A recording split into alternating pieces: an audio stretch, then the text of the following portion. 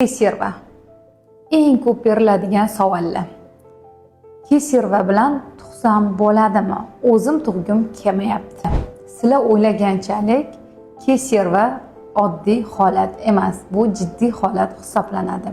Agar sizda ko'rsatmalar bo'lmasa, o'zingiz tug'ganingiz ma'qul. Kesirva bilan bor yo'g'i 3 martagacha tug'ishingiz mumkin.